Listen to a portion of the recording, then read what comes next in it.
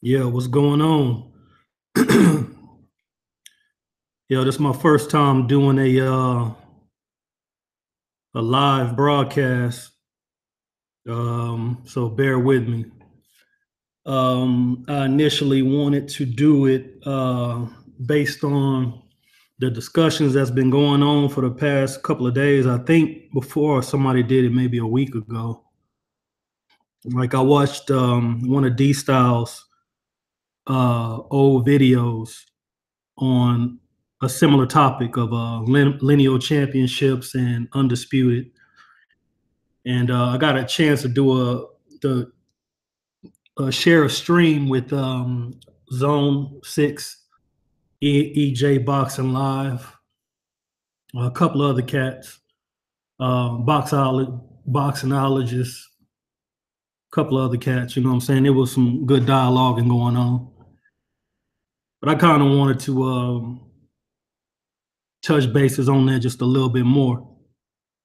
Um, I don't know if this thing is going to be recording to where you can end up looking at it later or not. But right now, I'm going to rock with this thing because in front of my screen, it says it's live. So I'm going to go ahead and rock with it, see what goes down. And basically talk about this issue. Lineal championships, what is it? Is it what the media says it is? Is it based on who the fans believe is hot shit at the time? Or is it what I believe it is?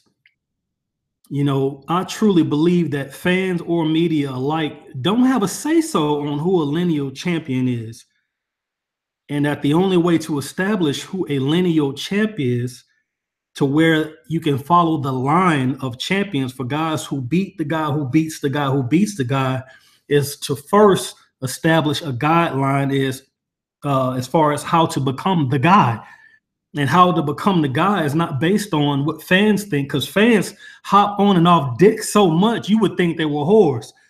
So you can't base it on what fans think, and you damn sure can't base it on what the media think, because they fickle as fuck too. The only way to establish who the guy is in any division is through your feats. That's through winning, beating guys. And I think that's where establishing who is a lineal champion gets lost on the fans. Like, how do you become a lineal champion? And as we know it in the current state of boxing, there are a lot of titleists. Everybody knows, if you've been around the YouTube boxing community, whether you're LDBC or YTBC or any other goddamn BCs they got there on YouTube, you know good and goddamn well about the alphabet soups. Now, granted, they have their own bullshit, you know, as far as the interim titles, the minor circuit titles, where it's like a NABF or whatever it may be. We know the bullshit that comes along with the alphabet soups, right?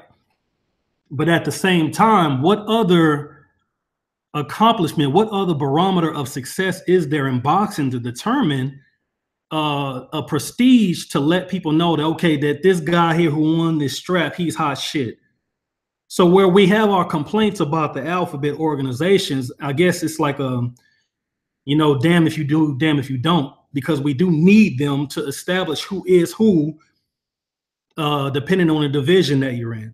And that's just the bottom line. So in terms of establishing who is the guy, you have to have some type of barometer of success in order to make that happen. And that's where the championships come into play. Now, back in the game, in order to establish who the champion was, I'm gonna only go as far as back as 70s. Let's go to 70s. I believe that the current state of boxing fans out there is a younger audience.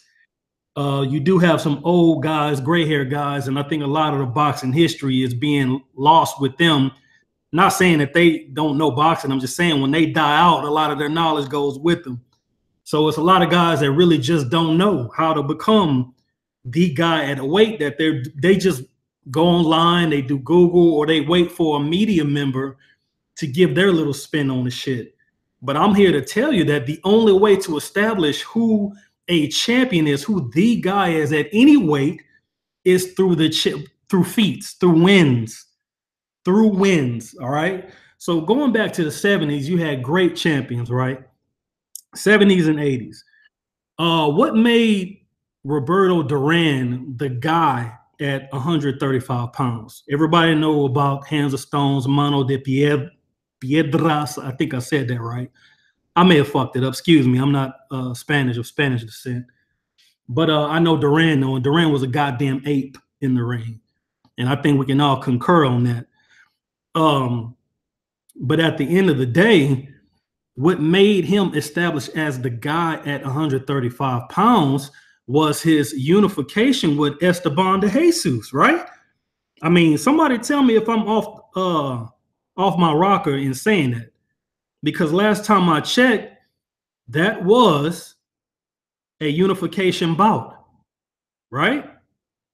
That was a unification bout, and at the end of which he won. Sports Illustrated came out with a article that says "finally one champ" or something along those lines. And to see at that time, I believe that was like 79, maybe 80. I forget. I'm off with my fucking dates, but I know it was before 1983 when the IBF was established. So beforehand, in order to be the champion, most established guys, you talking about history, we talking about like Emil Griffin, we talking about like Carlos Monzon, Duran, Ray Leonard, you know what I'm saying, Hearns and shit like that. Before the IBF was established, it was unifying the WBC and the WBA. And then you had an undisputed champion when those guys got established. Now, if those guys were to unify the titles and they would lose those titles, not lose them, if they would get beat by another fighter, then that fighter would have the universal distinction as being the guy. In essence, the line has been created. You can follow the line back, champion through champion through champion, not titleist through titleist through titleist, not belt holder to belt holder to belt holder. The lineage was established when Duran beat Esteban de Jesus. You feel me? Let's move on. Let's talk about when people say that I heard somebody say before that not Keith Holmes, but Larry Holmes, he didn't unify all of the weights. The time where Larry Holmes became world champion, the time where he became world champion is way back in the game, right? Who did he fight? What was it? It was Ken Norton, I believe. Some or other. All I know, I can't really go back that far on that. All I know is that in 1980s, they would award him the IBF title, and he started rocking with that because he never lost the WBC title at all. But look at all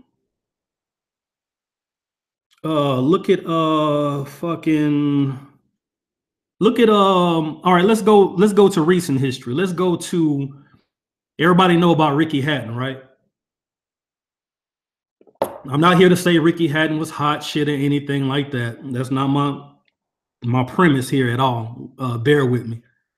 All right, but there was a time when Ricky Hatton was considered the lineal champion of 140 pounds. Now, how did that come about? Was it because he had the IBF, the WBC, and the WBA titles? Absolutely not. Because him personally, he never unified all those titles. He never fought two or more champions in order to have the acclaim as being the undisputed champion. But how did he get the title of being a lineal champion? Everybody knows that he beat Costa Tszyu. Costa Tszyu was the one who was a lineal champion. And when Ricky Hatton beat this guy, He got the distinction of being the lineal champion at 140 pounds, which y'all gave to Pacquiao when Pacquiao beat him. But Pacquiao didn't have 3 titles at that weight. So how did he get his lineal distinction? I'm going to tell you how right now. Costa Azul got the title of being a lineal champion because he unified the division and he became the undisputed champion at 140 pounds. How did he do that? He would beat Sharmba Mitchell in a unification fight. Sharmba Mitchell would have an injury. Actually, that was a fight he was winning in the first fight. But because he had like a car injury prior to the fight, his knee would go out on him and he would have to basically quit on his stool. Regardless of such, that's a TKO victory. Costa Azul would end up winning. He would have the victory, right? At the same time, Costa Azul would also unify with a surgeon, young southpaw at that time, if y'all was around that time, named Zab Judah. He was an IBF champion, Zab Judah, right? They used to call him, at that time, they used to call him Pernell Whitaker with a punch. If anybody followed Zab coming up through, USA fights or ESPN fights, before, you would know about him fighting Mayweather and all that, he fought Mickey Ward. He fought a lot of guys coming up, Jan Bergman, just a lot of guys coming up, Otilio Villarreal, contenders. You know what I'm saying? If you actually know about this guy coming up through the ranks. Well, anyway, Costa Azul would unify the WBC, the IBF, and the WBA titles, which he would later vacate 2 of them and just hold on to 1 of them. He vacated the WBC, who would later, Arturo Gatti would later fight for it in a vacant title. And I believe he let go of the WBA title, which Vivian Harris along the lines would win, if I'm not mistaken. And the one that he held on to, I believe, was the IBF title.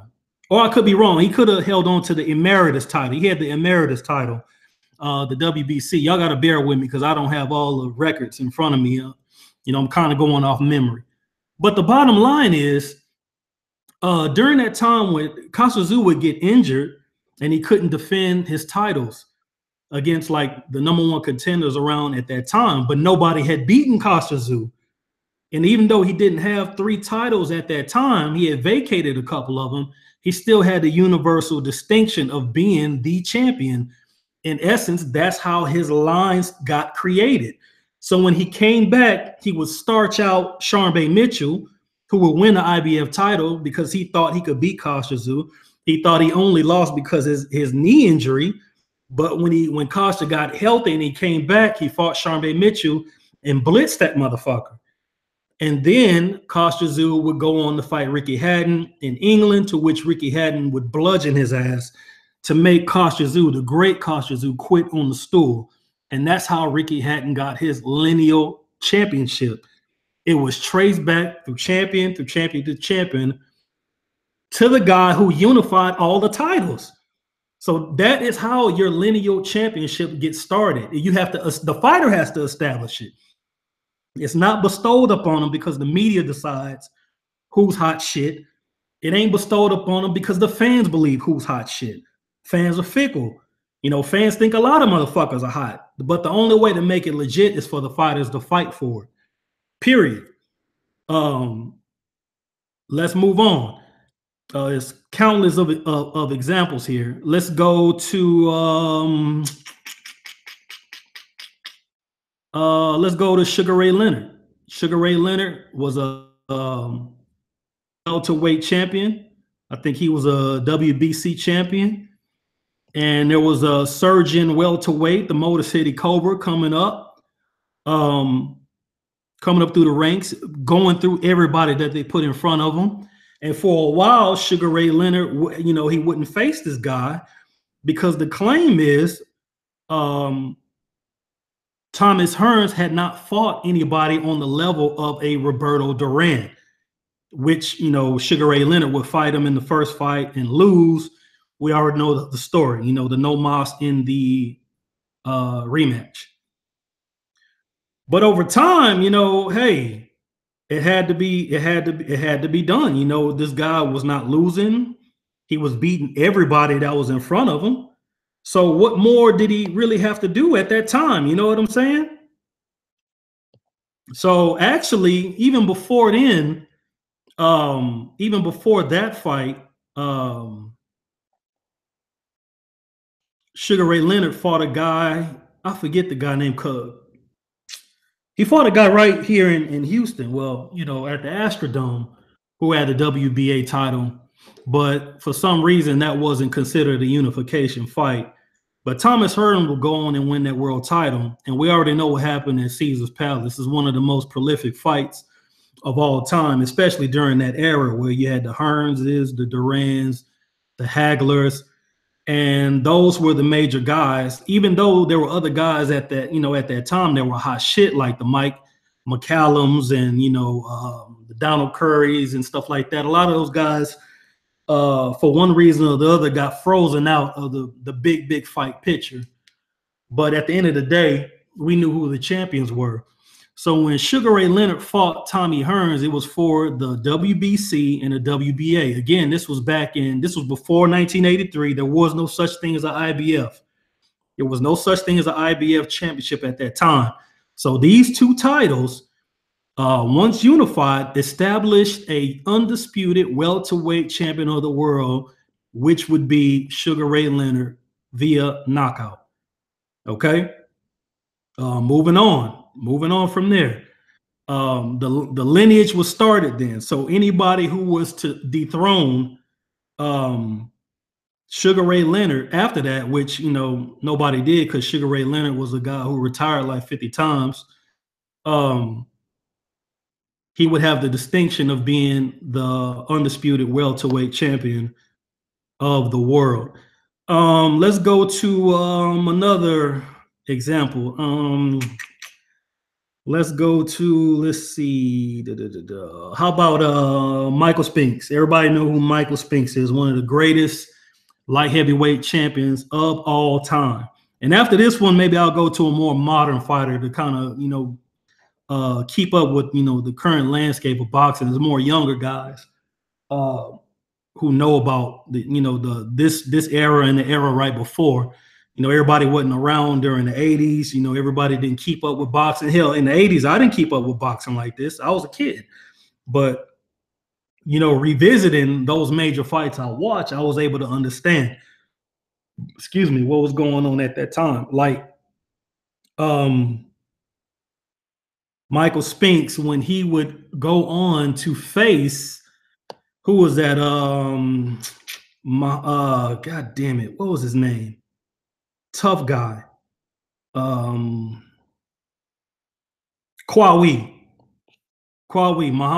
Dwight Qawi, tough, rugged fighter, a fighter who basically had to learn on the job. He wasn't like this prolific amateur fighter. He got it in the professional ranks mostly, and learned how to fight as a professional. And he was tough to deal with. He was awkward. He was rugged.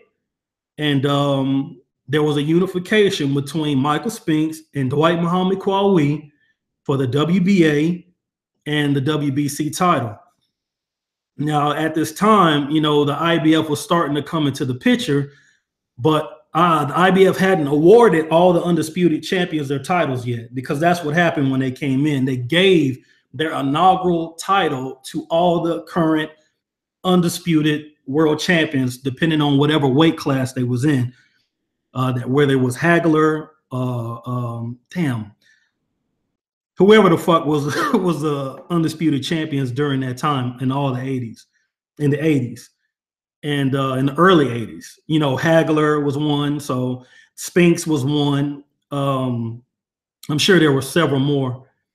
But before then, it was the WBA and WBC. Now, over time, in order to be an undisputed champion, prior, I'm talking about after 1983 and 1984, is to win the IBF, WBA, and WBC. And it wasn't because anything the sanctioning organizations did in order to establish themselves as a legit title, the IBF. It's the fighters that made the titles what they are. And they did that because like Larry Holmes would, you know, get rid of any title that he had prior to getting the IBF, and he started rocking out with that. He started rocking out with the IBF title. So that gave it the acclaim. The fighters gave it the acclaim. And I never changed since that point, me personally. So to me, just like when Costa Tszyu unified the WBC, WBA, and the IBF title, even though that was in the 90s, I haven't changed since that point. Whoever they unifies those titles, you're the undisputed champion. I don't give a damn about the WBO. I mean, yes, it's a trinket. Yes, it's a level of achievement to show not only the networks or the fans of the media that you're somebody to deal with, but in order to establish who's the top guy at that weight, the WBO, at least in my opinion, means dick. Point blank, period. So like when Winky Wright was one of the first since Lloyd Honeygland to unify the light middleweight world title when he fought Shane Mosley. Shane had just beaten Oscar De La Hoya, who had two of them, who had two titles, and Winky Wright had the IBF, and they had to come together to eliminate all disputes, because until then you don't know who the real champion is, because honest, Winky Wright was a champion longer than Shane Mosley and Oscar De La Hoya at that weight. So why wasn't Winky Wright known as the lineal champion when those two other titles were vacant? Because there was dispute there. Nobody would give it to him, so he had to get the victories in order to establish himself as the champion at that weight. It's not given to you by the media. You gotta work for it. You gotta earn that shit. You feel me? So moving on. Let's go to something more modern. Let's go to an era everybody know about, the De La Hoya era. Everybody knows Oscar, goddamn golden boy. All right?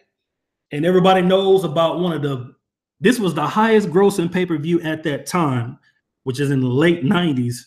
I forget, it did over 1 million buys, which was really insane at that time in terms of pay-per-view numbers.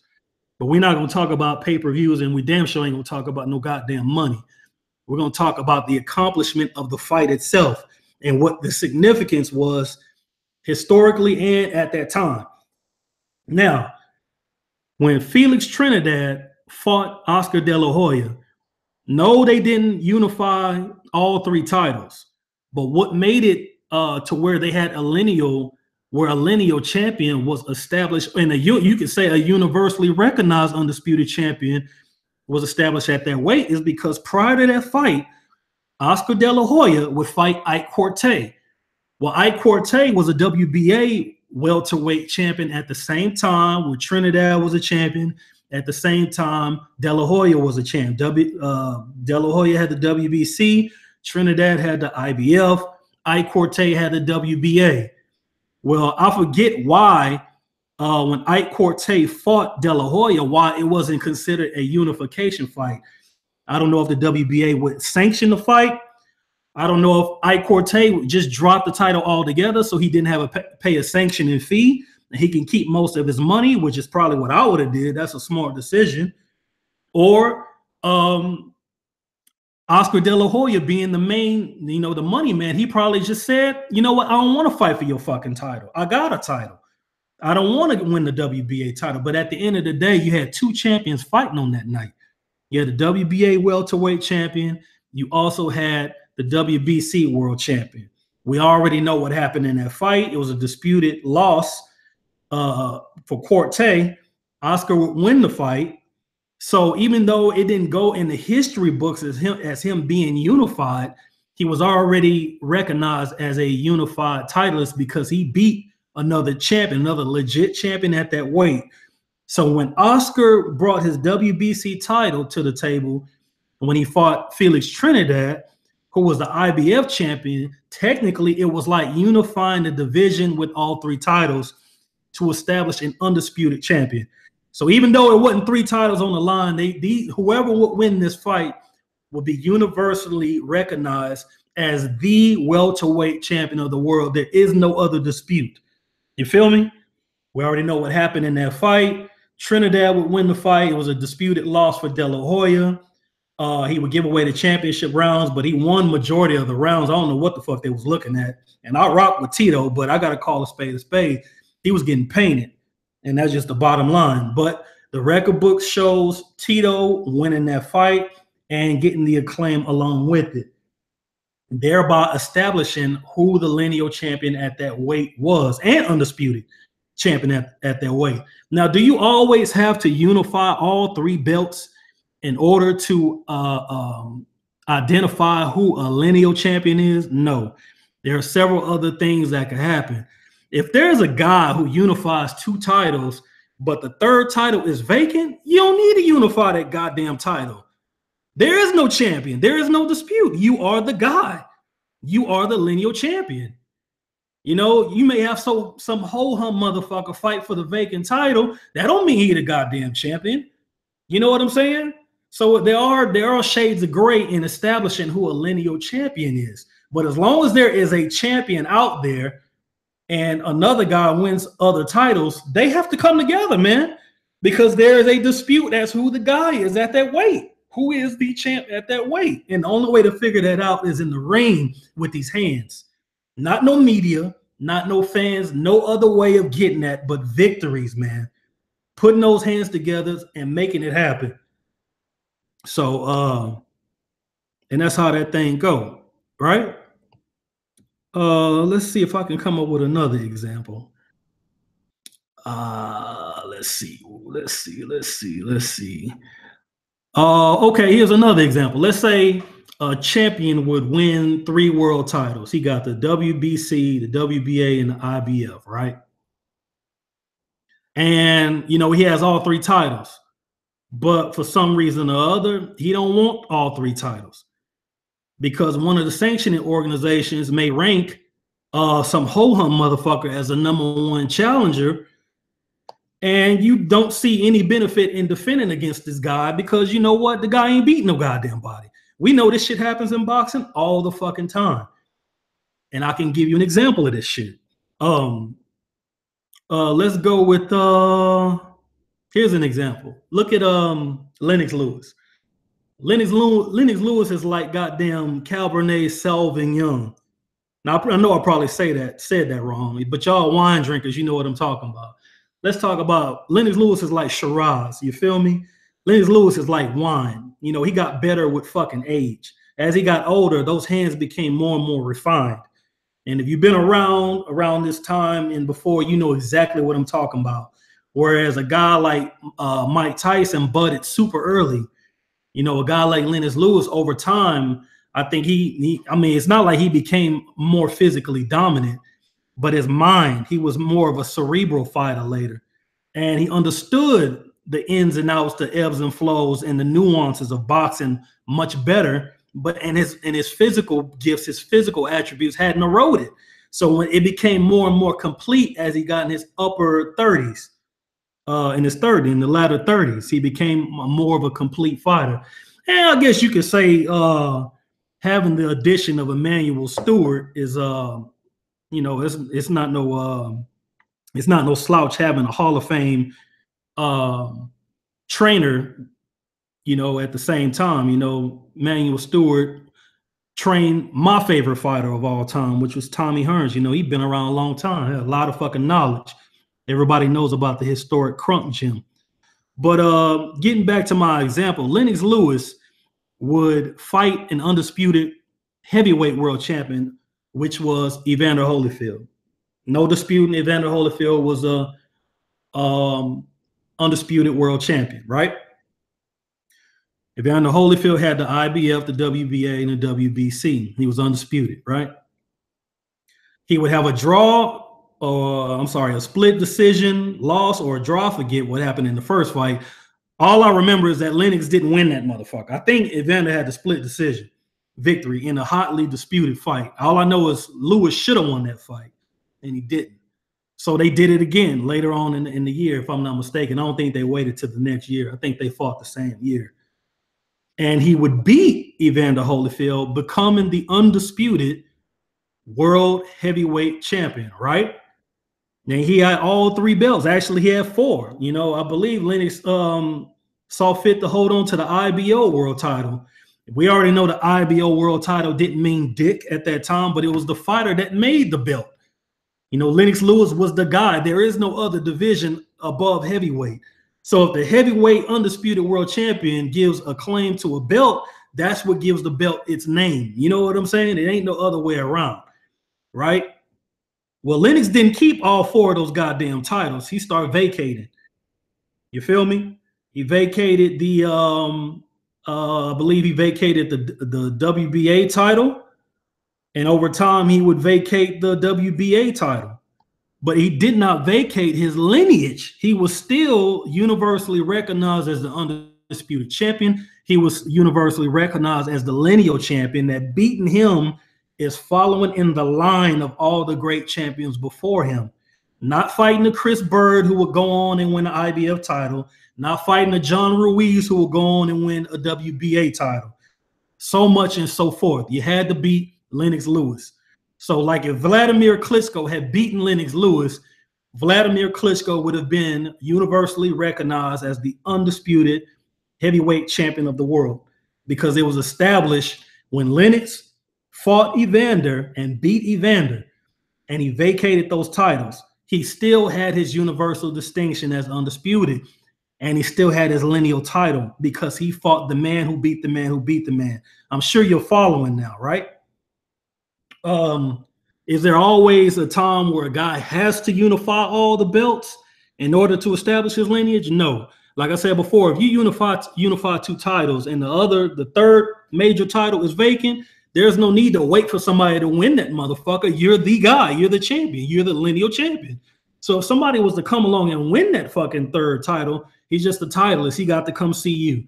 And maybe if that champion wants to get the third belt, he'll fight the other guy. But at that time, you know, you're just a titleist at that time. You got something to hold your belt, hold your pants up. Maybe they'll win that title in order to make themselves more appealing for a fight. Like maybe they would never get a shot at the champion if they didn't have the title. I understand why they were winning in that sense, but the guy who had the 2 titles at that time does not have to win the third one to be recognized as the lineal champion at that weight.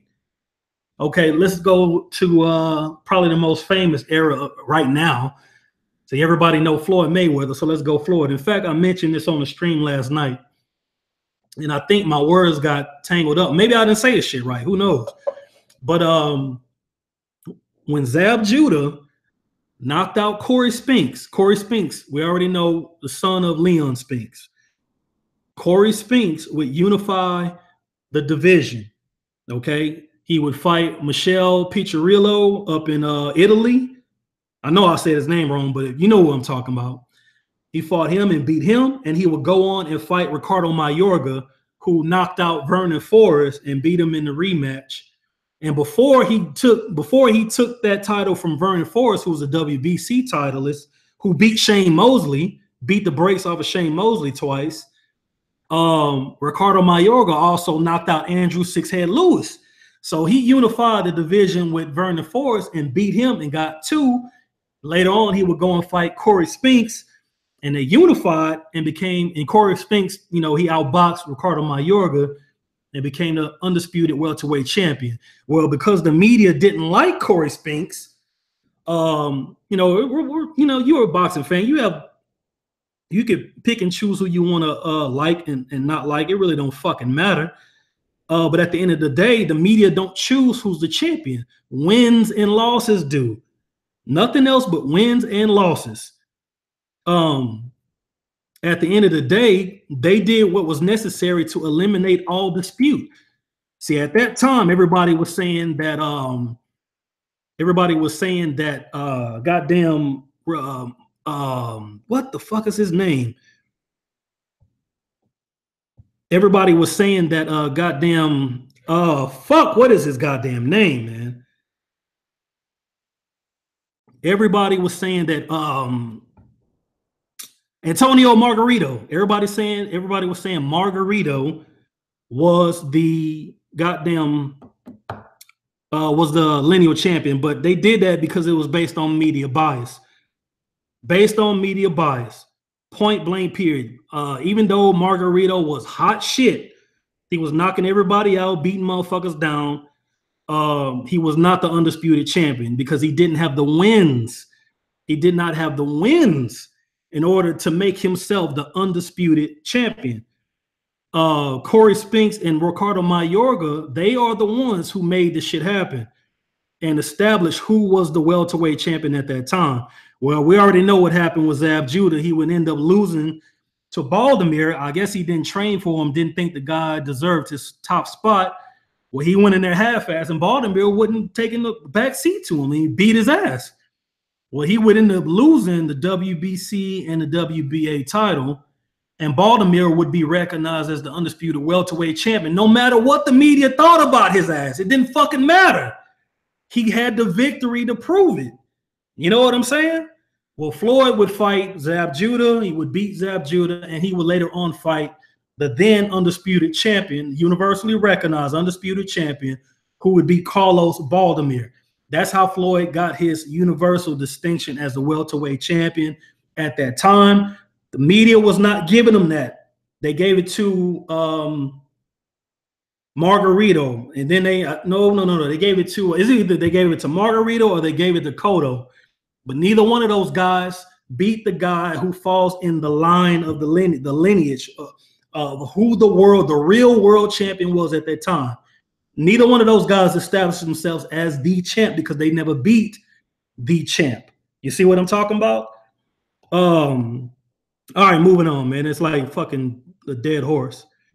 Let's get on this Keith Thurman thing, man. Let's get on that. Keith Thurman, we already know that, you know, people are feeling some type of way about him because now he doesn't want to face the hot IBF welterweight champion, who would be Errol Spence. And a lot of people feel some type of way about that. You know, prior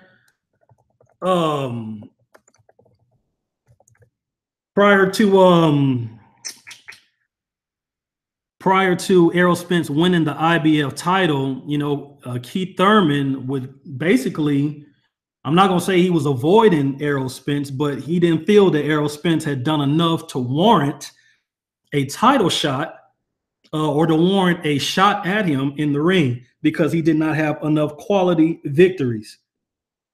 And maybe he was right. You know, Errol Spence, he was just knocking off contender after contender, and he didn't beat a champion, and he hadn't yet solidified himself as the top dog at that weight. And at the end of the day, you know, I guess he did need to do a little bit more. He had no names on his record. So what did Errol Spence do? You know, he did what he had to do. He kept fighting. I guess whoever Al put in front of him, where they were, you know, ranked contenders or gatekeepers, in order to get himself to a position to where he can challenge for one of the straps. And that's what he did. So now that he won the IBF title off of Kell Brook, who was the only champion that Mayweather didn't fight at the time, where Mayweather unified three of the titles, the WBC, the WBA, and the WBO, when he fought Manny Pacquiao. The only other champion out there was Kell Brook. And Errol Spence is the one who beat him. So yes, he solidified himself as a guy who is literally in line to fight whoever they deem as the top champion at that weight. Let me see. What's going on, Beeb? I see you on this thing. Shit, you want in on this thing, man? I'm sitting there running my mouth and shit. I don't know how to work this thing that good, bro. Fuck, how I do this shit. Let's see.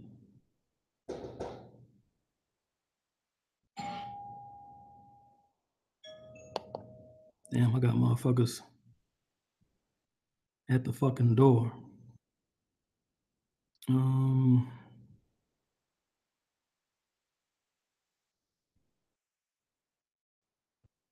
Fuck it, I don't know how to work this shit yet. Hey, y'all bear with me for a minute. Hold on.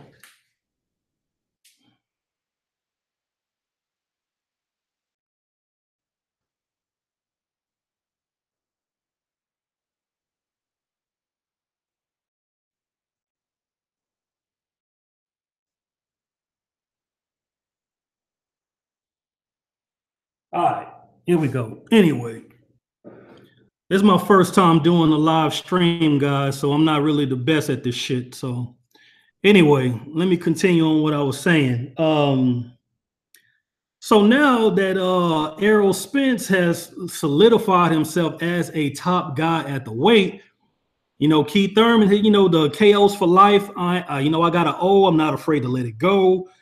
And all the stuff that endeared him to us, as boxing fans, the stuff that we gravitated to because, he's a guy who talks like a fighter. You know what I'm saying? He talks like a guy who wants to be the best, and that is facing all the best that's out there. But now that he fought the quote unquote best of the division, it seemed like, I don't know if I won't go on the line and say that he's ducking. It take a lot for me to call somebody a duck. It really does. That's just not really my thing. But it just seemed like he's doing everything in his power to get out of fighting, that young charge named Errol Spence. And it's not like this is the first time Spence called him out. He already gave Spence a guideline in order to follow to secure a fight with him. And now that Spence has done it, he's trying to give Spence another goddamn criteria. See, that's the problem I got with him. I know Keith Thurman is a dog. I already know what he brings to the table when he's in the ring. He comes to do it. He don't really lead with no jab, but the shit that he's doing in the ring is quite enough. He's fast enough to lead with those hooks and those big crosses, knocking motherfuckers on their ass. You know what I'm saying? I'm not gonna say that he's a duck or anything. That's not my style. I already know Keith Thurman come to do it. I know what he comes to do. But it's just that now that he got married, went to Nepal, got him a little dime from over there, brought back one of those exotics.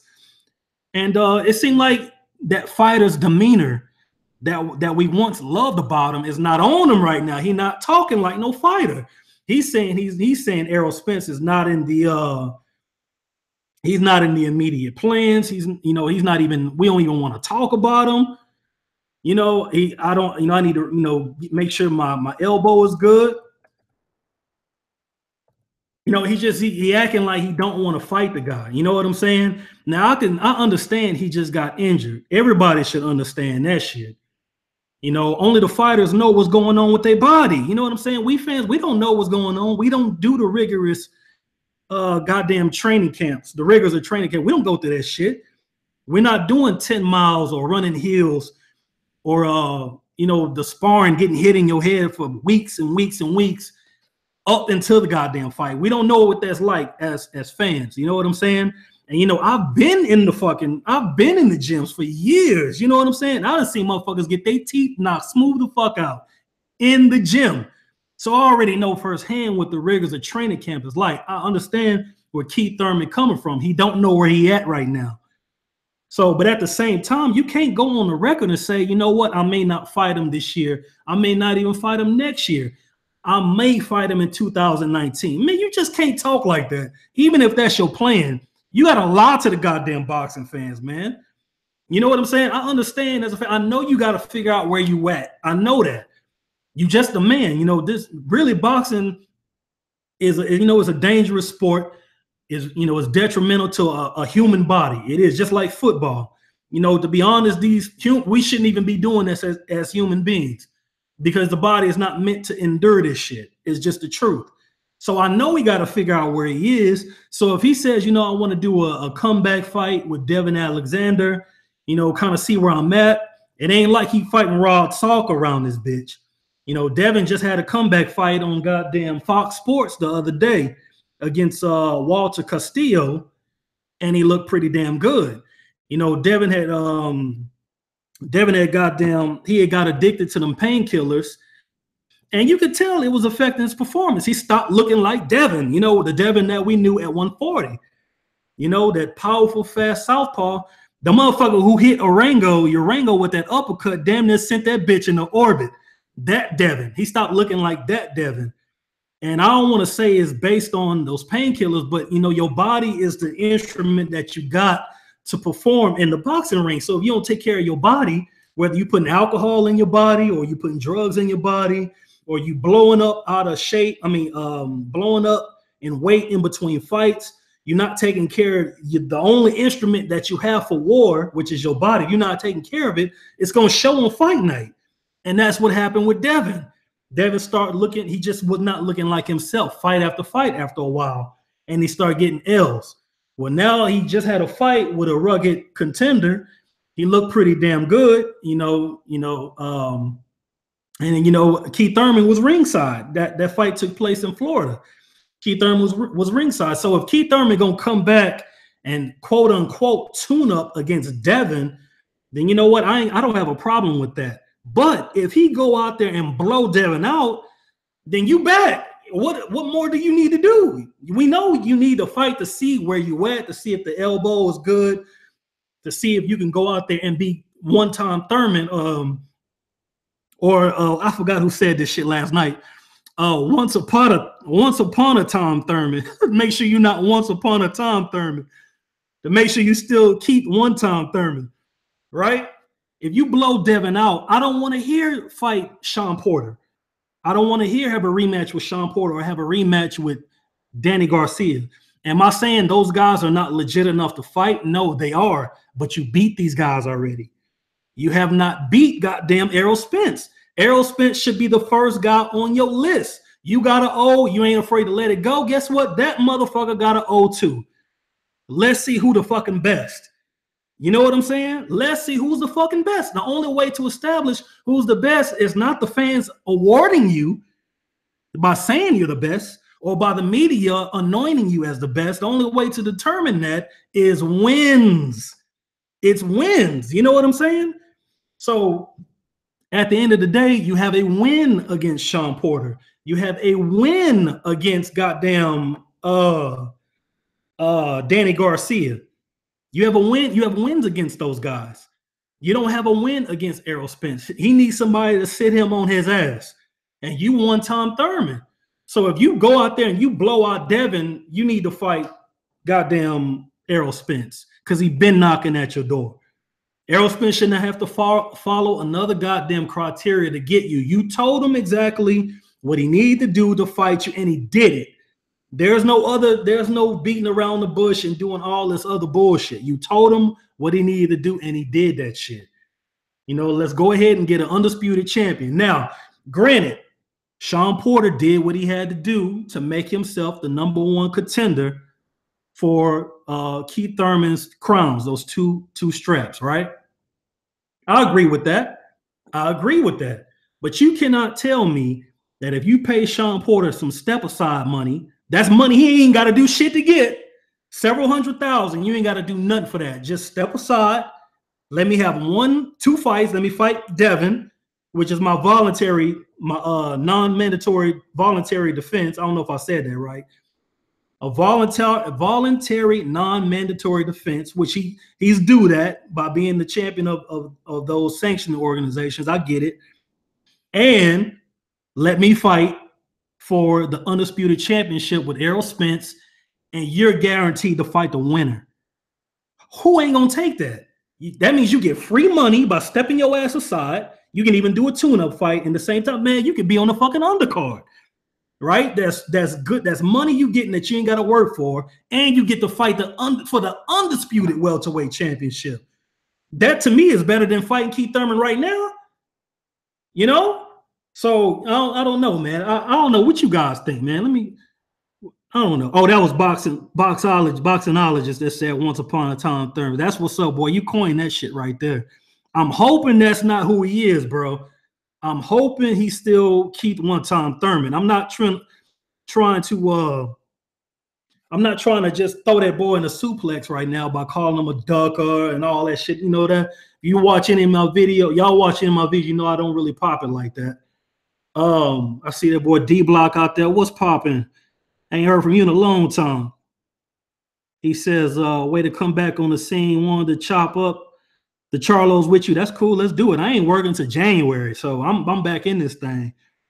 Jamel keeps improving. Jamel a dog. Shit, I've been texting Jamel about stop moving around the ring so fucking much. I'm like, you ain't even gotta do that shit. I'm like, dog, you ain't even gotta do that shit. All you got to do is start going to the body.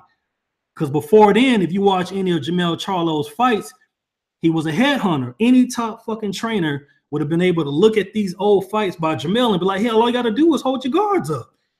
But see, when Jamel started touching them boys in the body, now they don't know where the punch is coming from. You know, so he gonna be tough to deal with because he could already box. So yeah, we can do that, bro. Beeb says I like to see Porter and Garcia fight. That would be a banger. But hell, shit, Garcia act like he don't want it. Cause what didn't goddamn fuck it. Y'all want to get on this thing? How do I put y'all on this shit, man? Anybody want to get on this shit? Let me see. How the fuck I do that? I know it's gotta have some goddamn link. Oh fuck. Let me see.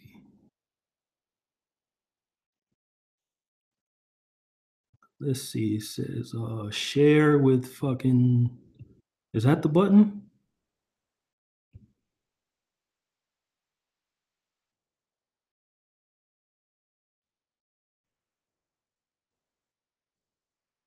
Let's see if that worked.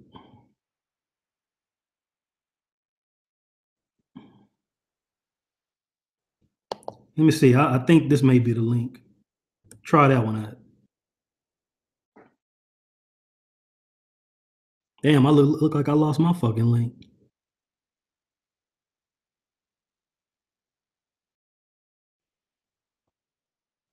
A lot of times, if a fighter's promoter files for voluntary defense, a lot of sanction bodies will let them do it. That's how Joshua was allowed to exactly. That's how I feel Keith Thurman is going to be able to fight Devin Alexander, where he don't have to hurry up and fight Sean Porter right now. You know, he gets to have a comeback fight without having to defend his title against the mandatory. So uh maybe he can get a violent, maybe the promoter can do that as far as him fighting Errol Spence. But I think as far as to alleviate the litigation, the possible litigation issues that may arise with Sean Porter not getting his title shot, the step aside money is what comes into play if he is supposed to get an immediate shot, like he's first in line to get his title shot. Uh,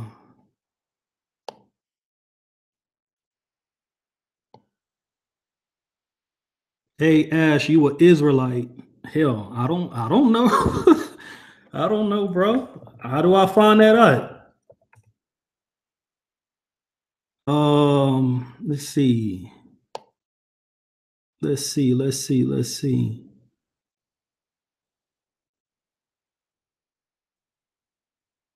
Let's see. Let's see. Dante Wilder smashes Anthony Joshua easily. Hey, you got some fans that feel Joshua is that dude, you know? The only way to figure that thing out is to sell it in the ring, man. Let's figure out who the top guy is at that weight, you know? And it seems like, you know, I don't want to say Anthony Joshua don't want it. Maybe it's his promoter not presenting that fight to him. You know, I don't know, you know, the business side of that thing, but you never know. You know, I definitely want to see it. Dante Wilder ain't saying, hey, fight this guy, fight that guy, like Keith Thurman is, or you're not on the immediate agenda and shit like that.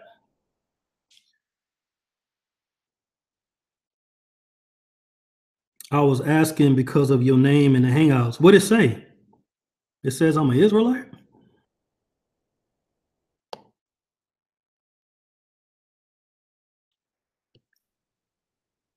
Let me see. I don't know what that shit say. I don't even be on YouTube half the damn time. I'll be out of state. Let's see what it say. It says Hangouts.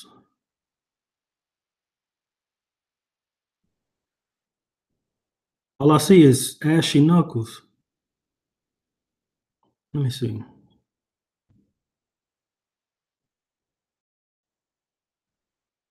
Oh, let's see.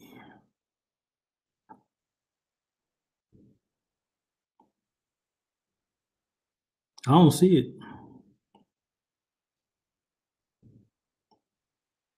I don't know if I did any of this right. I put the link in the chat, so I don't know if I did this shit right, you know.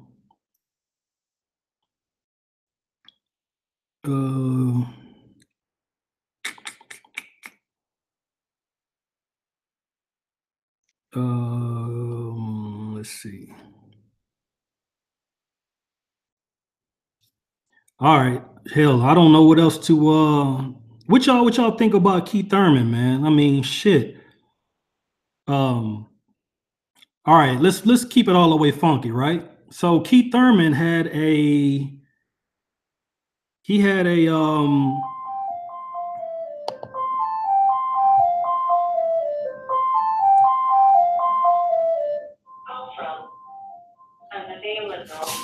hold up.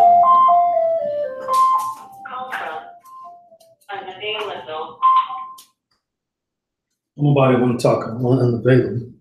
Anyway, so he had a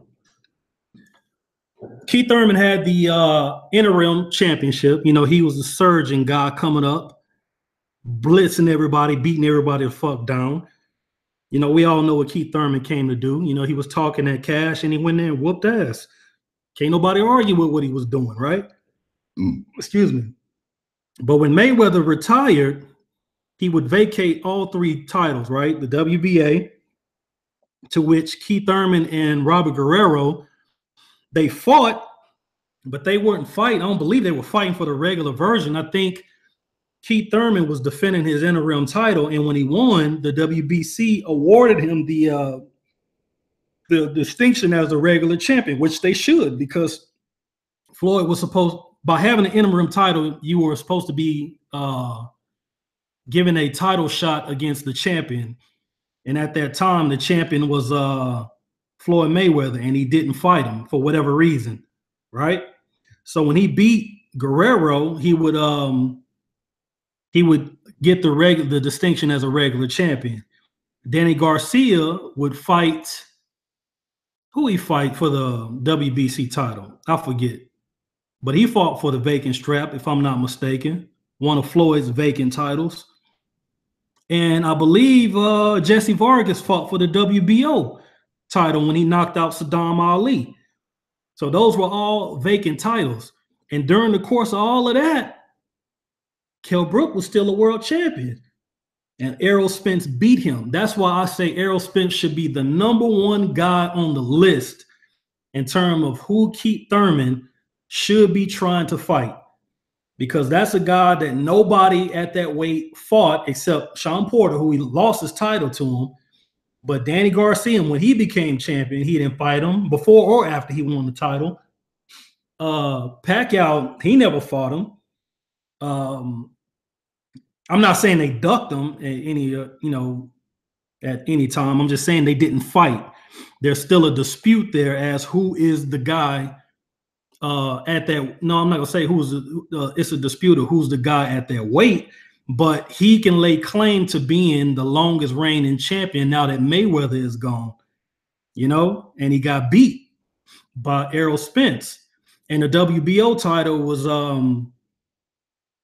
won by goddamn Jesse Vargas, who would end up losing it. So the only champion that was still there that had not been dethroned at that, during this whole time is Kell Brook. And then he got his ass beat by Errol Spence. That's why, at least in my opinion, Errol Spence should be first in line at Keith Thurman. Once Keith Thurman find out where he at, you don't need two fights to figure out where you at. I mean, if you fight Devin and your elbow is still fucked up, then your elbow is still fucked up. And if your elbow's still fucked up, you ain't gonna be trying to fight Sean Porter no damn way, or Danny Garcia. You need to be at your best to fight any of the top guys. So if that's the case, if you fight Devin and your elbow ain't shit, you're gonna have to come off those two straps. And we're gonna have to figure out who the top guy at this weight. There ain't gonna be no disrespect to Keith Thurman if you found out he still broke up and shit. That is, his bones ain't healing right. Only the fighters know what's going on with their body. I get it. But at the end of the day, whoever the champion is or whoever the top guy at the weight is, they must fight Errol Spence. He do not have to follow another criteria. in order to secure that big fight. He don't have to go and chase nobody. You know what I'm saying? Whoever the top guy is, they should be facing him. Point blank, period. Yeah, Jeff Boxing says, if you're undisputed, you are lineal. Exactly. And there's been many lineal champs in history who were not seen as the best guy. Undisputed has to be worth more. It is worth more. Because just the name itself, undisputed, means not subject to dispute. That means whatever you say, fuck what you talking about. Whatever your disputes are, put that shit in the goddamn diary. Once you undisputed, all conversations get shut down. This is the guy. You exactly right. That's literally the point I just tried to make in this video. And I think D-Style hinted on that. I watched the video from D-Style earlier today, and he was saying some of the same things, and I agree. You know, but like I said before, if you win 2 titles and the third major title is vacant, do you really have to fight a third champion? No, you're the lineal champ. You may not be undisputed, or maybe people will recognize you as undisputed because there is no other champion. There is no dispute. There's nobody else who you can say is the champ because there are no more goddamn champions. So I guess it's one of those things, man. But all I'm saying is the fans can't give it to you and the media can't give it to you. And the only way for you to get it is for you to have wins. It has to be settled in the ring. The only way anything is settled in boxing is tossing these hands. You know what I'm saying? And that's the whole point I was trying to make in this whole video. So you got some people that says that what's his name? Jeff Horn is the lineal champion because he beat Pacquiao. And here's my point that I was making yesterday. How is Pacquiao a lineal champion when he lost? When you lose, you don't keep your rank. You got to rebuild yourself in a division. So he was not, the line has to be reestablished because you were beaten by Mayweather. Mayweather is the lineal champion. Now, if Mayweather retires, that don't mean Pacquiao all of a sudden becomes the lineal champ. So you got somewhere on Wikipedia, it says when you have the number 1 guy fighting the number 2 guy in order to determine who's lineal. That may be all cool, fine, and dandy, but guess what? There was another champion when Pacquiao and Bradley fought. There was another champion already. So where does he fall in this? Champions are not ranked in any sanctioning organization. You know what I'm saying? Does that mean he's not, he don't have claim to being a champ because Pacquiao decides he wants to be the number 1 guy? Whose rankings are we looking at? Y'all looking at boxing scene rankings? Who the fuck is boxing scene? Boxing scene is nobody. You know what I'm saying? When I was coming into boxing, start following boxing, there was no such a thing as no boxing scene. There was no such thing as Max Boxing. The only website out there was Fight News. So I'm saying, how does boxing scene rankings become the go-to standard on ranking world-class fighters worldwide? And it ain't. That's why I said, as much as we got a lot of shit to talk about these alphabet soup organizations, at the same time, we need those bitches. You know, we need them. We need their rankings. They're the only ones that follow worldwide fighters worldwide and rank them. We may not agree with their rankings, but I'm not finna award boxing scene that fucking honor. Goddamn boxing scene.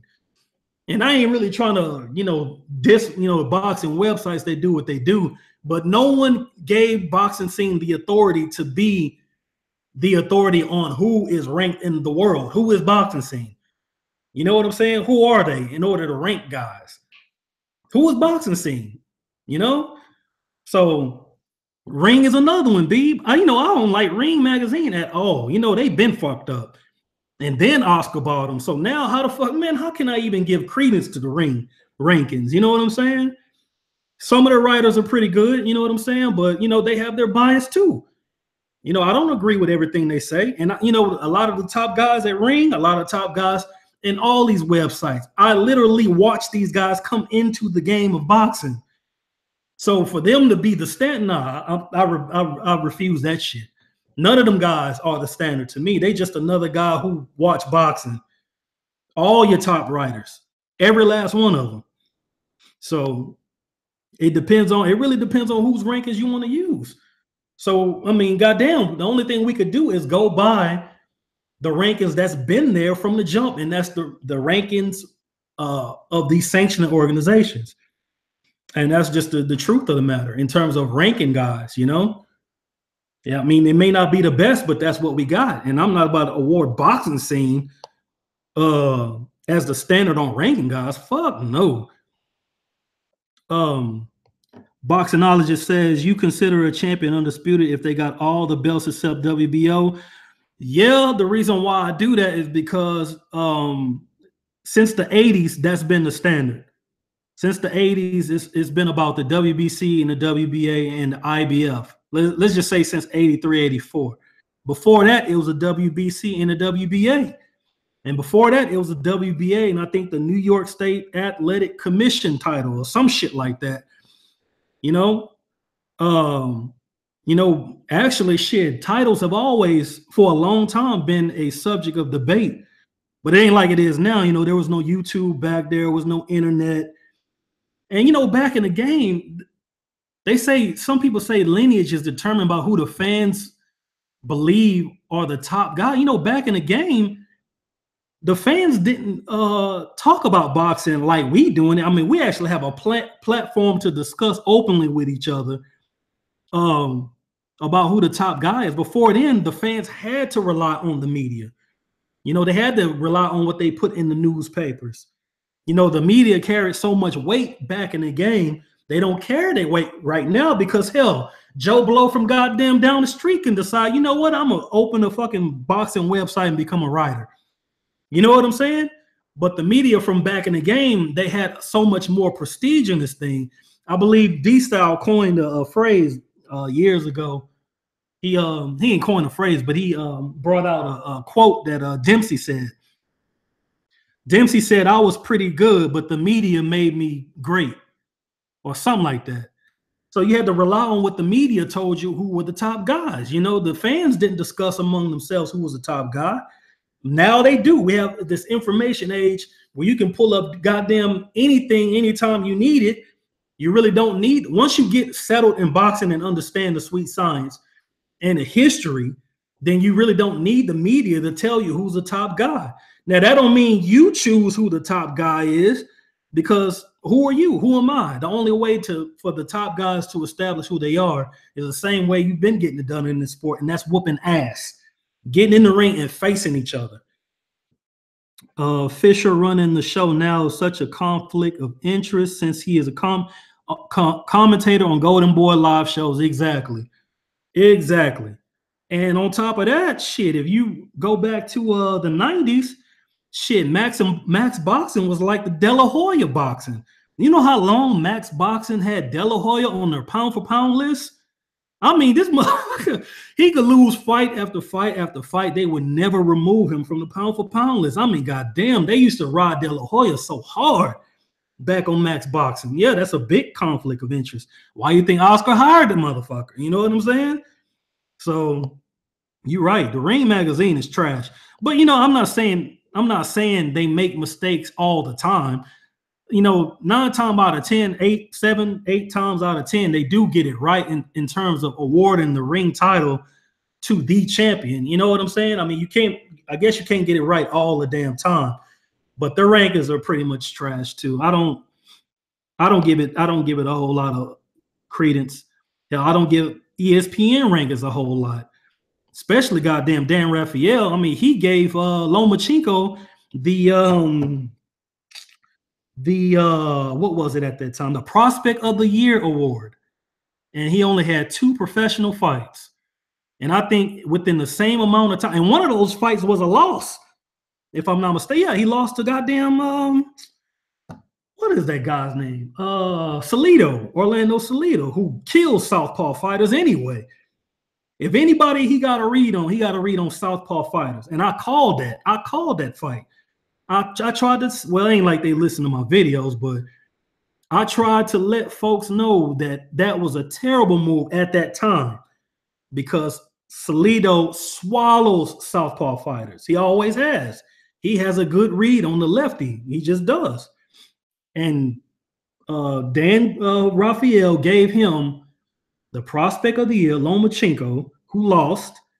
But Jamal Charlo at that time, I think he had went like 5 or 6, 7 fights straight, all knockouts in the same year, establishing himself in this game. You know what I'm talking about? Knocked out everything he fought. He knocked it out. To me, he was a clear-cut runner up for the prospect of the year at that time. You know what I'm saying? Not no Lomachenko. Lomachenko just had a name because the media hypes the shit out of this guy. Now, I mean, he's definitely, he deserves the hype now. You know what I'm saying? I don't take that away from him now. He a dog. I'll give him his fucking credit. But at that time, I'm not into just awarding motherfuckers all this acclaim and this status. You got to do about whooping ass. That's the only thing I've been saying. When Spinks was a lineal champion, most felt Tyson was the man in the division. It's kind of subjective, but that doesn't mean Spinks' lineal status shouldn't have counted. Very good point. I think we touched on that last night. That I think when Tyson fought Spinks, even though most considered Tyson was the man because Tyson was knocking everything out. You go back to the 1985, I think he had like 15 fights that year. He knocked out every last one of them motherfuckers.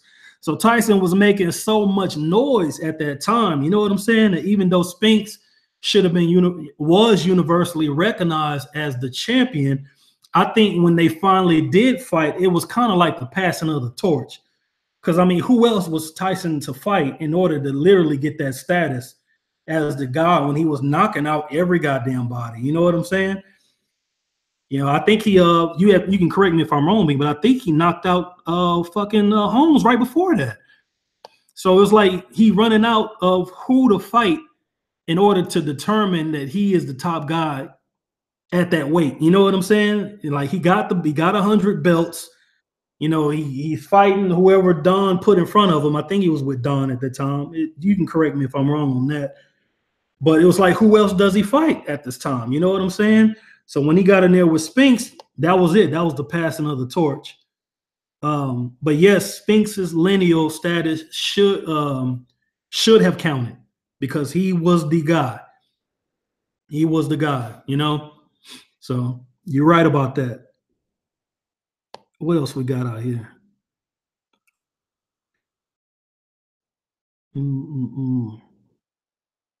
I put the link out there. I guess I'm not doing it right, man. So, because I don't even know how to accept. I don't know how to knock people off. I don't know how to reject nobody. I don't know how to do none of that shit. I'm still learning this shit.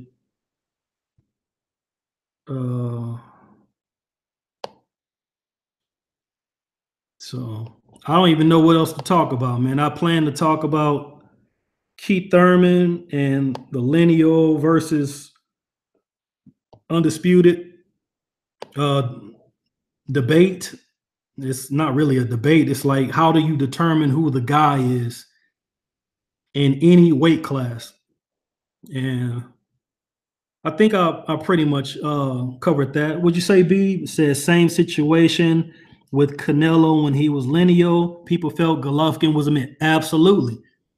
Absolutely. And you know what? That's why they had to fight. Because Golovkin was just collecting belts. You know what I'm saying? But the line went through Sergio Martinez all the way back to when Hopkins lost his reign as the middleweight champion of the world to from Taylor to Pavlik. I think Pavlik would lose it to Bernard came back and fought Pavlik and beat his ass. But I think that was at 68.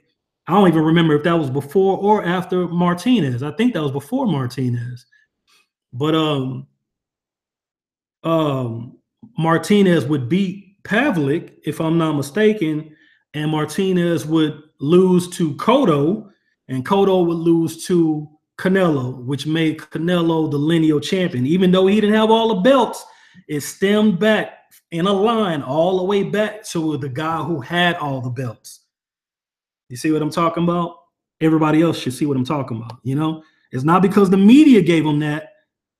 You know what I'm saying? Because he only had one title. It's not because the media gave it to him. It was because he won it in the ring. He whooped ass in order to get it. You know what I'm saying? What else we got up in this thing, man? Um, Jeff Boxing says that's boxing's problem. There is no real ranking system. Back in the day, in the 40s and 50s, there was a national ranking committee that was volunteer driven on a monthly basis. Mm, that's interesting. If I knew that, I damn sure forgot it. So hey, I give credit to a lot of you guys that go back as far as you can. You know, I used to be a big time historian until I found out that hell, the historians disagree more than motherfuckers on YouTube. That's what when I found out they don't all agree and stuff like that, I was like, I might as well be more concerned with the fighters of my time, like they were of their time. You know what I'm saying? And that's how I rock out. You know what I'm saying? That's how I do my thing. You know, I try to keep up with fighters of yesterday. You know, I don't do it like I used to because you know you're gonna be. It's just another argument. You know what I'm saying? I go there when I need to, and sometimes I don't. You know. Fuck, man. I don't know how to do this shit. All right, I'm about to end this shit, man. How much time we got? How much time? I don't even know how long I've been on this, but this is my first hangout. Hey, uh, shit. I guess we'll do it another time, and we'll get everybody on. I'll figure out how to, you know, get everybody involved in this thing. If y'all want to hop on that thing, um, and we'll just pop it like that. So I appreciate everybody for sliding in this thing. I don't even know how to. I don't even know how to get out of this damn thing.